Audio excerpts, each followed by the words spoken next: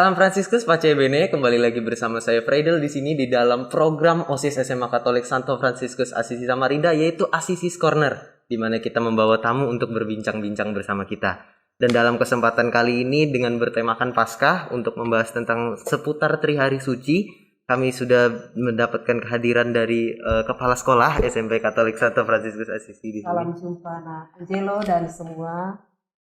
Ada Suster Maria Octavia Purba FSE dan juga ada salah satu pembimbing agama Katolik di SMP Asisi, juga ada Ibu Maria Ina Kurnia SPD. Ya, salam Halo kenal Ibu. untuk semua. Halo. Ya, Suster, apa kabar Suster? Baik, anakku Freidel, Angelo. Sudah. Semoga kabar baik juga Ya, ya. kami di sini, saya juga orang-orang di belakang kamera Ya. sudah 2 tahun tidak Ya. bertemu Suster sejak Luar corona biasa. ini.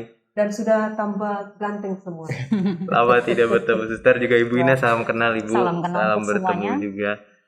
Untuk kesempatan kali berputar-putar tentang Trihari Suci Suster, di mana kita ada berputar di Kamis Putih, Jumat Agung, Sabtu Suci, dan juga hari Paskah itu sendiri. Saya melihat tadi ada Suster, mungkin ada membawa satu barang lilin di sini. Iya, betul. Ada barang lilin di sini. Ya, unik ya. Iya. Yang sepengetahuan saya ini kan yang mungkin dipakai saat malam Paskah, Suster, saat perayaan cahaya itu, saat lampu dipadamkan di awal, lilin ini ada sedikit diberikan goresan-goresan dan juga ada sebutan-sebutan yang disebutkan oleh pastor itu sendiri. Mungkin Suster berkenan untuk menjelaskan apa makna dari lilin ini. Baik, anakku Angelo dan anak-anak kami yang terkasih, peserta didik SMA Santo Fransiskus Asisi Samarinda dan seluruh kaula muda dimanapun berada, salam jumpa, salam kenal bersama saya Suster Maria Octavia Purba FSE. Saat ini bersama anak kami di sini ya, kita sedikit mendalami seperti yang ditanya tadi, apa makna dari simbol lilin Paskah dan coretan-coretan oleh pemimpin liturgi itu, kata Angelo. Baik Angelo, seperti yang kita ketahui, selama 40 hari kita telah berpuasa ya. 40 hari kita berpuasa disebut dengan retret agung. Kemudian kita memasuki pekan suci. Pekan suci mulai dari Minggu Palma. Kemudian kita masuk Trihari Suci. Pertanyaan Angelo tadi mengatakan apa makna dari simbol-simbol lilin Paskah itu dan apa makna dari coretan-coretan pada malam Paskah itu. Kita ketahui ketika malam Paskah, liturgi kita malam Paskah itu ada beberapa bagian. Yang pertama itu upacara cahaya, kemudian liturgi sabda, dan liturgi pembaptisan, kemudian liturgi ekaristi. Jadi pada malam Paskah itu ada 4 bagian. Nah, pertanyaan kita tadi adalah mengenai upacara cahaya. Jadi di dalam upacara cahaya, biasanya semua lampu gereja itu dipadamkan. Dipadamkan, kemudian kalau Angelo biasa mesdinar ketika di katedral, upacara cahaya itu diadakan di luar gereja. Dan di situ seorang imam atau pemimpin ibadat bersama umat, seluruh petugas akan ada di luar gereja untuk memberkati api pertama. Nah, ada api pertama di situ. Kemudian ada juga hal praktis, kadang kalau tidak bisa memberkati api pertama, biasanya itu api unggun ya Angelo ya. Nah, api unggun. Nah, setelah diberkati atau didoakan api pertama itu, dari api pertama itulah nanti dinyalakan ke lilin Paskah. Namun sebelumnya, karena dikatakan tadi ada simbol coretan-coretan, dikatakan benar.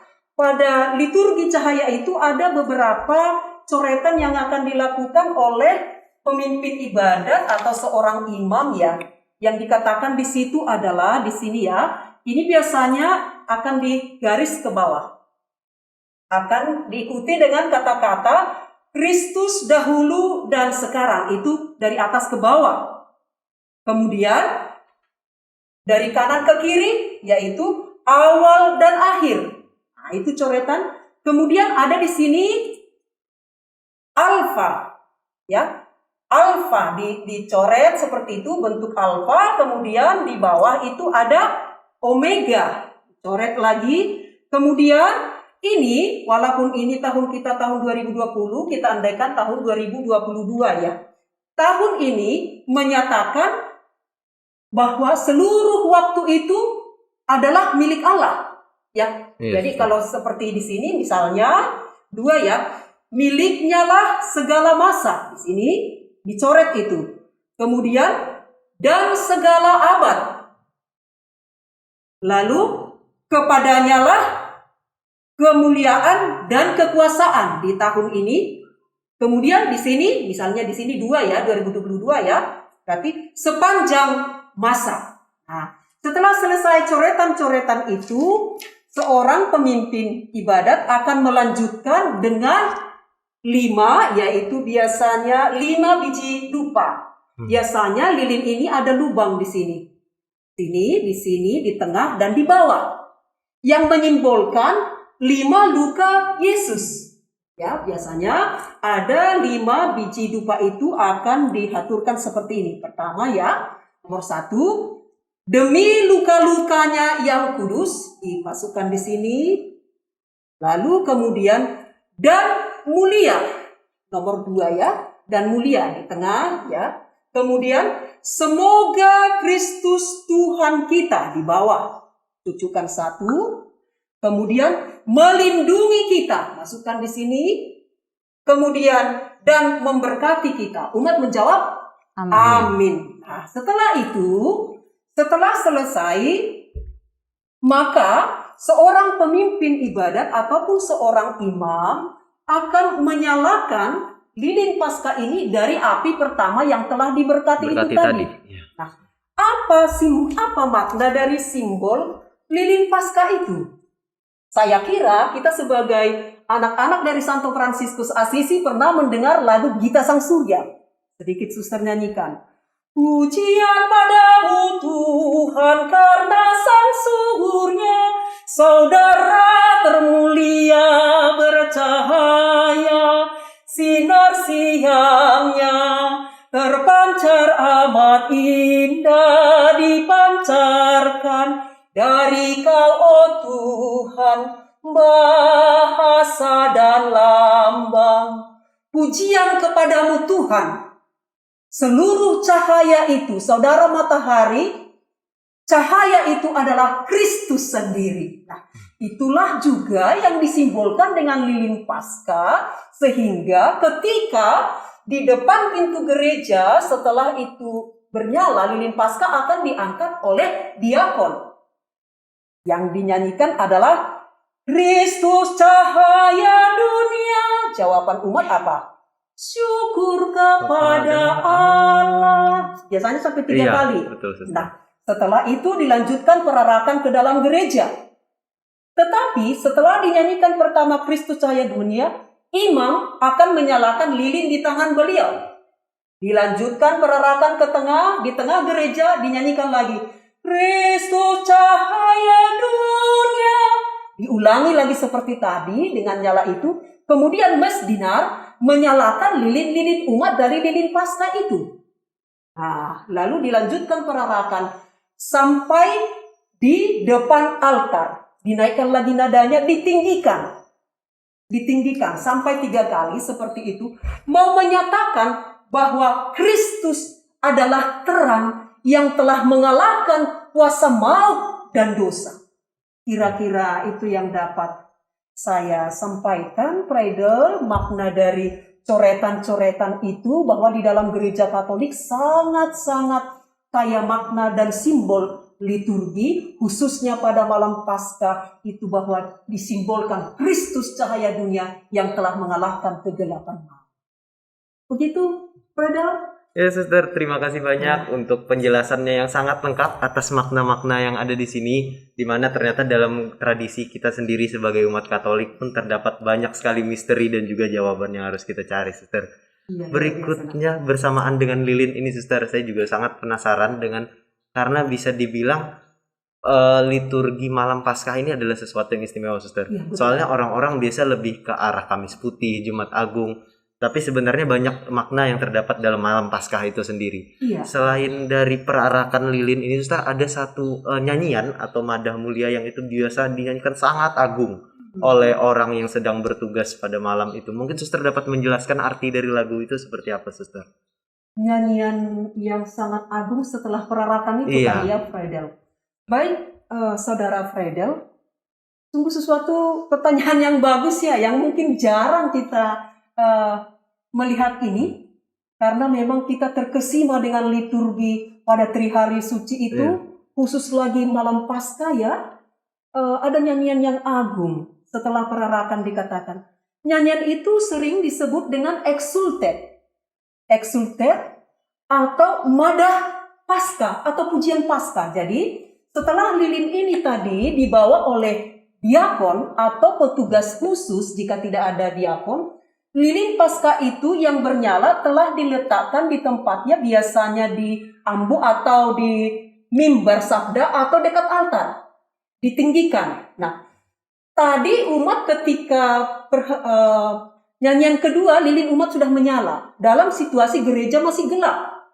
Lilin telah ditempatkan di dekat mimbar sabda atau dekat altar. Sementara umat yang ikut perarakan dalam gelap itu tadi telah memegang juga nyala cahaya Kristus itu di tangan masing-masing. Iya, nah, ini kekhasan dari malam Paskah juga ini ya. Sementara umat masih berdiri, kok ada nyanyian yang begitu agung.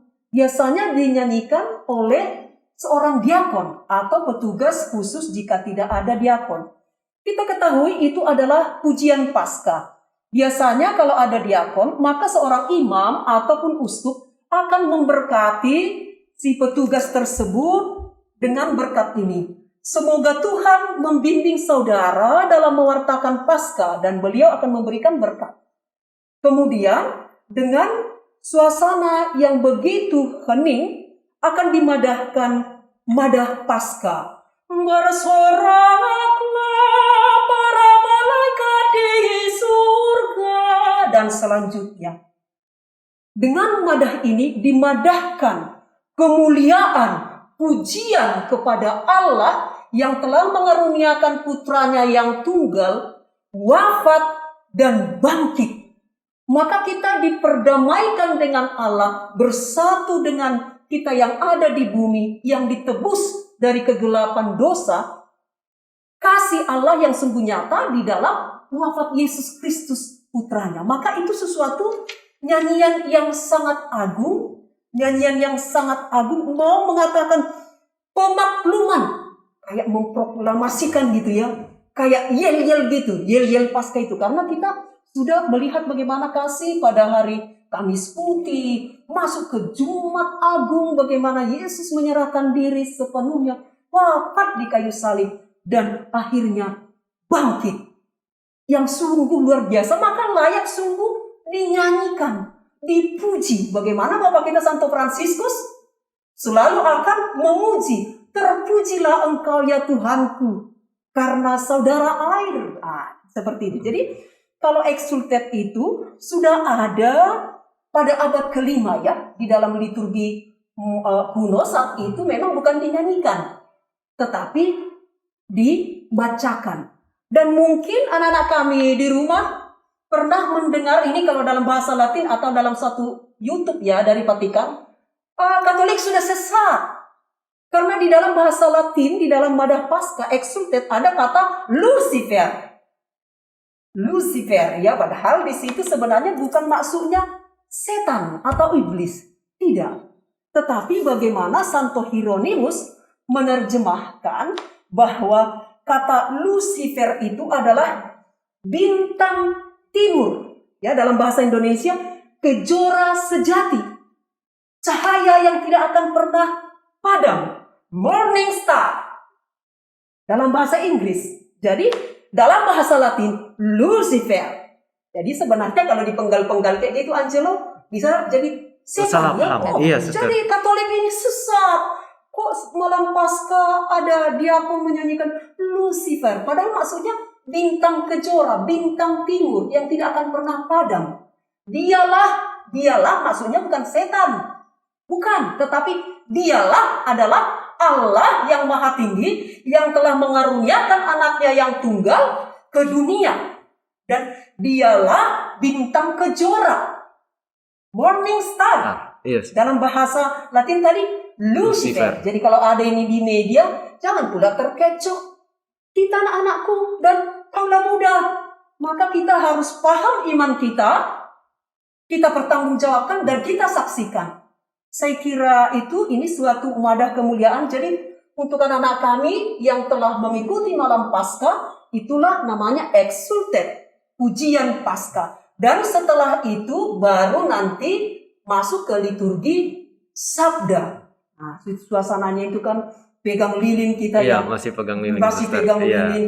Baru setelah itu masuk kita ke liturgi Sabda. Jadi di situ ada kan dikatakan bersoraklah para malaikat di surga dan semua kan kita bergembira, kegembiraan, sukacita karena kita melalui perjalanan yang gelap akan dosa-dosa kita. Kira-kira begitu yang dapat Suster sampaikan, Friedel, dengan berapi-api ya, karena bersama kaula muda harus semangat, ya harus yakin. Aku percaya dengan imanku sehingga sungguh bisa memberikan kesaksian dan anak-anak muda juga memberikan kesaksian dengan imannya tentu, termasuk Friedel dan teman-teman kita ya bukan? Iya betul Suster, ini sangat semangat sekali di belakang kamera ini tampaknya. Itu ya. Terima kasih banyak Suster, penjelasannya sangat berapi-api sekali tadi saya lihat. Sampai ke atas sampai ya. kepada Santo Fransiskus ya. Santo Fransiskus itu khasannya itu pujian. Pujian, iya Suster, betul. Bukan keluhan. Sampai lagu pujian, iya lagu betul. Pujian. Nanti Suster. maka teman-teman kita rajin dong bernyanyi lagu kita Sang Surya. Iya Suster, betul.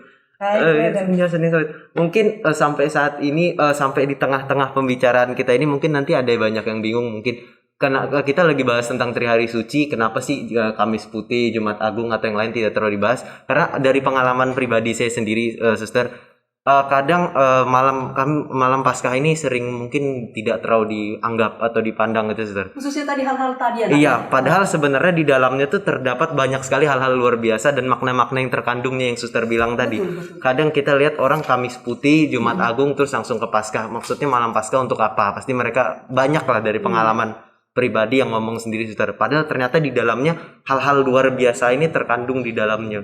Iya, baik Friedel dan saudara muda, sebenarnya itu menjadi satu perayaan yang sangat suci mulai dari pekan suci ya Kak ya. Jadi tidak bisa dipisah itu. Iya, Suster.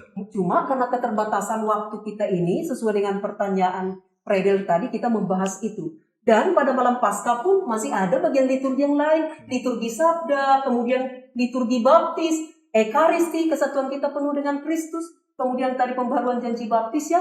Jadi ini menjadi satu kesatuan sampai nanti hari raya Paskah. Seperti itu kira-kira nak. Berhubungan dengan yang barusan Suster bilang itu di ujung itu ada hari raya Paskah itu sendiri, Suster. Nah, ngomong-ngomong tentang hari raya Paskah, Suster, itu ada beberapa ikon-ikon yang ikonik lah bisa dibilang, Suster. Misalnya tiap Paskah itu bisa dibilang identik juga dengan salah satunya itu telur, Suster. Kadang dulu waktu masih sekolah minggu atau apa kan ya, Suster. Nangis kita ya. Perebut, Suster. Ada lomba juga yang berhubungan telur, ada telurnya sampai ditaruh atas genteng belakang pohon, ada juga mengupas telur dan sebagainya. Kayaknya hari Paskah itu nggak lengkap kalau nggak ada telur, Suster. Iya. Mungkin dari Suster atau Bu Ina sendiri bisa jelaskan kenapa sih telur ini bisa diidentikan atau dihubungkan dengan hari Paskah itu sendiri. Iya, dalam hal ini saya kira Ibu Ina bisa menjelaskan sedikit banyaknya karena Ibu Ina ini adalah pendamping iman anak-anak juga di Santo Lukas ya. Ibu Ina ini, Ibu Maria Ina ini teman Suster sebagai pendidik iman, guru agama di SMP Katolik Santo Fransiskus Asisi. Saya kira hal-hal telur berwarna ini kaitannya dengan Paskah saya kira Ibu Ina aja ya. Iya, mungkin Ya, Bu Ina bisa. Iya. Sebelumnya saya sangat terkesan dengan pertanyaan ini karena pada umumnya orang lebih sering menikmati telur Paskah tanpa memikirkan apa maknanya. Pertanyaannya sangat bagus. Dan sebelumnya seperti yang sudah Angelo katakan, pada masa kecil kita kalau nggak dapat telur Paskah tuh nangis. Iya, betul. Iya. Betul. Kalau di saya tuh kalau tidak dapat telur Paskah saya nangis, dan kalau dapat telur Paskah yang tidak ada simbol, tidak dapat hadiah, saya nangis. Nah, sebelum kita masuk ke makna apa dari telur Paskah, saya mau mengajak teman-teman semua untuk melihat ke belakang lebih jauh. Jadi pada masa zamannya orang Persia, telur ini sebagai simbol musim semi. Jadi setiap kali mereka masuk ke musim semi, mereka akan merayakan sukacita itu dengan sebuah telur. Karena pada waktu itu musim semi bertepatan dengan perayaan Paskah, jadinya mereka ketemu. Iya, baik. Awalnya dari situ. Artinya bukan simbol dalam liturgi ya, Bu? Iya, bukan simbol dalam liturgi. Berarti Jadi tidak telur itu ada- lebih ke tradisi Iya, sebenarnya. bukan seperti ini Paskah Berarti tadi. bukan keterikatan dari gereja itu Bukan sendiri sama ya, sekali Bu? bukan Iya. keterikatan dari gereja, tapi gereja Katolik memegang yang namanya tradisi. Kebiasaan Ya. itu pasti dipegang. Nah, berawal dari orang Persia ini mulai diadopsi khususnya di negara-negara Timur Tengah. Timur Tengah. Tetapi yang menjadi pelopor pertama menggunakan telur Paskah sebagai perayaan Paskah itu dari Mesopotamia. Mereka adalah orang-orang pertama yang menggunakan telur untuk merayakan Paskah untuk mengingatkan akan kebangkitan Yesus. Nah, mulai dari awal-awal abad-abad pertama kekristenan, penggunaan telur Paskah mulai diadopsi oleh banyak kalangan, termasuk gereja-gereja Katolik, baik itu Katolik Ortodoks maupun kita sebagai orang Katolik Roma. Iya. Nah, ada satu kisah pada abad pertengahan, itu sekitar abad ke-5 sampai abad ke-15, seorang raja di Inggris, suster, Iya. khususnya namanya Raja Edward pertama, dia pernah membuat suatu perintah agar membuat telur Paskah dengan jumlah yang sangat banyak, suster. Untuk Angelo, iya. Dia Hmm. memerintahkan untuk membuat 450 telur. Sangat banyak sekali, itu direbus, dihias, dan dibagikan kepada seluruh anggota kerajaan tepat pada hari raya Paskah. Mungkin itu bisa jadi asal mula lomba melukis telur mungkin. Iya, bisa jadi itu menjadi asal mula lomba Kreativitas. Iya. dari kreativitas. Dan selain daripada itu, kita juga bisa melihat dari negara-negara lain. Di Mesir, mereka menggunakan telur dan mewarnai telur itu ada 2 warna. Yang pertama warna merah dan yang kedua hijau. Itu pada zaman dulu. Nah, warna merah ini artinya apa? Warna merah ini melambangkan darah Yesus Kristus. Sedangkan warna hijau itu melambangkan tunas-tunas yang baru tumbuh. Jadi, ya, jadi dari situ telur itu tidak hanya di negara-negara Eropa Timur, tetapi hampir di semua negara melambangkan sebagai suatu kehidupan, sebagai suatu kelahiran. Dan kita juga merujuk pada pepatah Romawi yang mengatakan bahwa segala kehidupan itu berasalnya dari telur. Seperti itu. Dan dari telur ini juga punya makna religiusnya. Makna religiusnya, orang-orang banyak mengatakan bahwa telur ini sebagai simbol makamnya Yesus. Jadi ketika telur itu kita pecahkan, tidak usah dipecahkan, dikasih retak aja, maka kehidupan akan muncul dari dalam telur Iya, itu. betul. Kehidupan baru. Iya, Iya. kehidupan baru. Kan Yesus bangkit, memberikan kehidupan baru kepada kita, di mana kita yang tadinya berdosa, dihapuskan dosa-dosanya karena penebusan itu tadi. Dari zaman dulu, suster, yang warnanya cuma merah dan hijau, teman-teman, itu menjadi perubahan. Ada kreasi yang semakin meningkat, di mana telur itu dilukis berdasarkan keinginan si pelukis. Jadi, perayaan Paskah, selain dengan penuh sukacita, juga membantu banyak orang muda Kreasi ya. berkreasi, suster. Bahkan telur Paskah sudah dijadikan bisnis, suster. Iya. Jadi ada sebagian orang yang memang betul-betul penuh sukacita melukis telur Paskah seperti Dan itu. diharap juga berbagi tentu. Iya, berbagi tentunya, betul sekali, suster. Seperti itu untuk makna dari telur Paskah. Berarti terima kasih Bu penjelasannya. Sama-sama. Berarti ini kembali lagi sama ya seperti penjelasan suster tadi ya. Intinya kembali lagi kepada kehidupan itu Iya. sendiri. Semuanya berhubungan kembali dengan kehidupan. Mungkin ada pesan dari suster atau Ibu Ina kepada penonton kita untuk hari Paskah ini bagaimana untuk seterusnya dan Iya. apa? Terima kasih Saudara Angelo dan anak-anak kami yang ada di rumah dan seluruh kaula muda dimanapun berada. Sesuai dengan pembahasan tadi materi kita, yaitu adalah misteri Paskah ya, kebangkitan. Seluruh kehidupan Yesus itu saya kira untuk kasih, yakinlah kita itu. Dan itu yang telah kita renungkan, kita imani, maka kehidupan kasih itu yang telah dibagikan kepada kita dan menjadi kehidupan baru, maka itu juga lah kiranya menjadi perjuangan kita. Menjadi sesuatu yang baru, yang penuh damai, cinta kasih, sukacita seperti yang dikatakan Ibu Ina tadi, membawa kehidupan baru, sukacita dan damai, lebih lagi di tanah air kita Indonesia ini dan juga situasi bangsa-bangsa saya kira ya. Kiranya kita sebagai pengikut Yesus Kristus yang telah bangkit dari maut, kebangkitan itu juga kita alami, kita bawa di dalam hati kita, keluarga kita, tugas-tugas kita, sehingga kita menjadi bagian dari kebangkitan itu. Saya kira itu dari Suster Ibu Ina. Kalau dari Ibu Ina Ya, kira-kira mungkin ada bisa dari Ibu Ina ditambahkan, ya? pesan-pesan untuk penonton kita, Bu. Kalau dari saya, karena kita ini sudah masuk di Pekan Suci dan kita akan memasuki Trihari Suci, sukacita Paskah itu bagi saya secara pribadi itu sangat-sangat membawa berkat seperti itu. Dan pesannya di tengah kondisi seperti ini, kita berada di dalam kondisi yang berbeda-beda tentunya, agar senantiasa selalu membagikan sukacita, membagikan berkat kita kepada orang-orang yang ada di sekitar kita. Karena sukacita Paskah sangat membawa berkat. Amin. Amin. Jadi itu dia penjelasan yang sudah diberikan dari Suster dan juga Ibu Ina di sini. Semoga teman-teman dapat tercerahkan lah bahwa hari Paskah itu harusnya membawakan kita sukacita Ya. akan kebangkitan Tuhan itu yang membawa kehidupan baru untuk Ya. kita, ya, Bu. Jadi mungkin itu saja pembahasan yang dapat kita sampaikan pada hari ini. Terima kasih banyak juga Suster dan Ibu Ina penjelasannya. Dan selamat Paskah untuk penonton kita. Selamat Paskah tahun 2022. Semoga sukacita dari kebangkitan Tuhan Yesus selalu menyertai kita untuk menjadi manusia yang lebih baik lagi. Amin. Amin. Terima kasih. Terima kasih banyak Salam Suster. Fransiskus. Pace Pace Bene. Bene.